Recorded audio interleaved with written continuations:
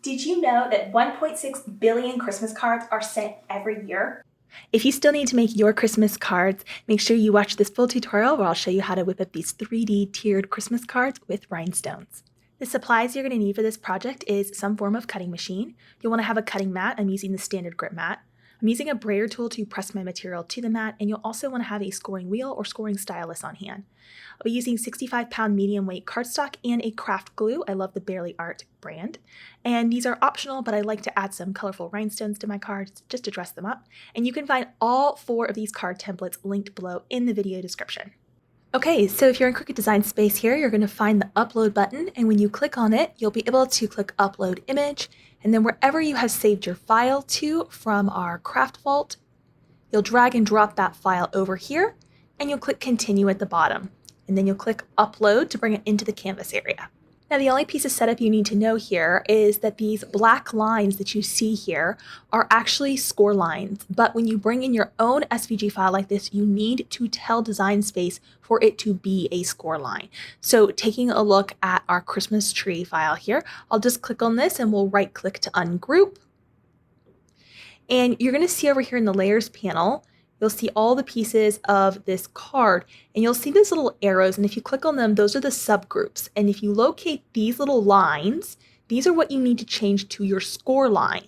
So each of these black lines, you're going to want to click on them and come up to Operation towards the top left and change it to a score line. And then you're going to want to make sure that you attach the score line to the piece that it needs to be scored on. So for example, this piece, this green piece here, needs to be attached to this score line. So I'm going to hold my shift key on my keyboard and I'm going to select both of those and click attach at the bottom of the layers panel. Now it may jump forward on you like this. Don't worry, it's not a big deal. You can even pull this apart if this kind of helps your brain to see it separate from everything. So if I bring this one over here, see how we have the line, and we're going to click on Operation to change to score. And then holding my shift key, I'm going to select both of these items, use my attach tool, and now the score line will score exactly as it shows here on the canvas. And you're going to repeat that for each one of these pieces that has a score line. So right in here, here's another one. And I'm going to change this to score, holding my shift key on my keyboard to select the base piece plus the score line, click attach. And then lastly, this card base piece, I'll click on that one, change the operation to score, hold my shift key, select both, and click attach. And then that way it'll score exactly where we want it to. And if you want to piece it all back together, you absolutely can. Just use your arrange tool here to sort of rearrange the items in the correct order. Or you can just also go ahead and cut it out because it's not going to matter. You're still going to be piecing all this together later on. But that's the prep that you're going to need to do for these cards. And you would repeat it for any of these designs exactly the same way. I am cutting on a mat, and I'll be selecting the medium cardstock setting for this project. You will also be prompted to insert a scoring stylus, or you can also do the scoring wheel if you own a maker machine. I'll be using the stylus. So I'm going to go ahead and get my material pressed to my cutting mat. I'm using the brayer tool here just to smooth my medium weight cardstock onto my mat. And like I said, I'm using the medium weight cardstock setting. I'm going to load my mat into my cutting machine by pressing that double arrow flashing button. And then it's going to go ahead and align my mat, and it's going to get this scored and cut out. So you will be prompted to put in a scoring stylus, or you can use your scoring wheel if you have a maker model.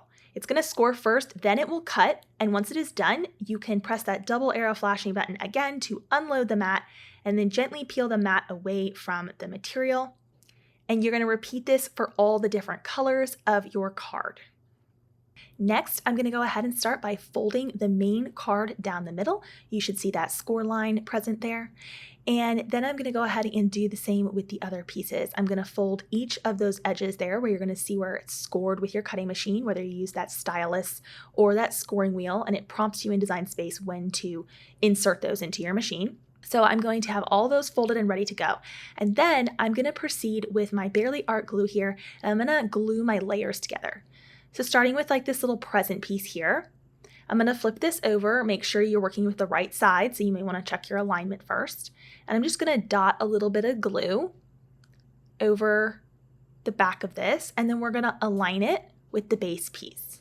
So I'm going to line this piece up with the bottom piece and then set that aside.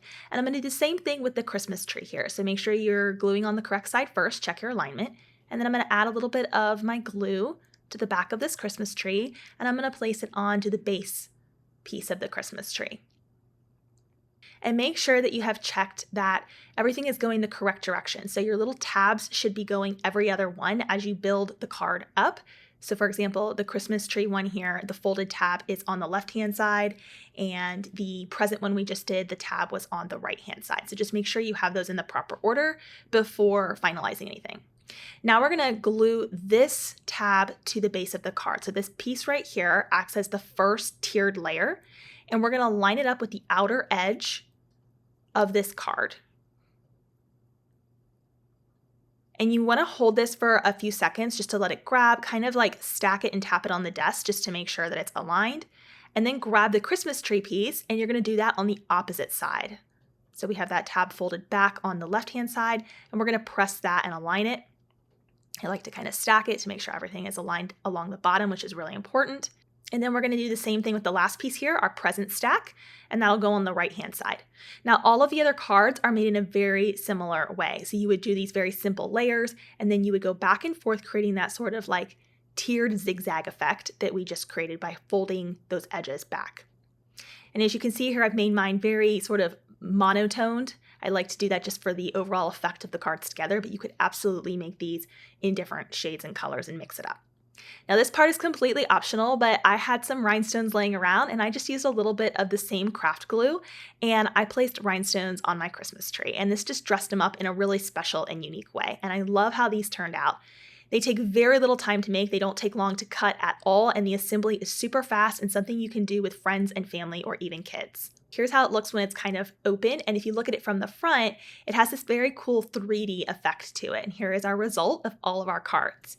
Now it's time to turn this creative inspiration into action. Grab all 4 of these card templates below in the video description, along with unlimited access to my curated collection of designs and hands-on projects that will allow crafters just like you, from beginners to advanced, to grow and develop your creative skills with confidence. Inside my A-Star Crafters community, you can learn to create with joy for everyday moments and special life occasions. I'm Abby, your friend in the pursuit of craftiness. Bye for now.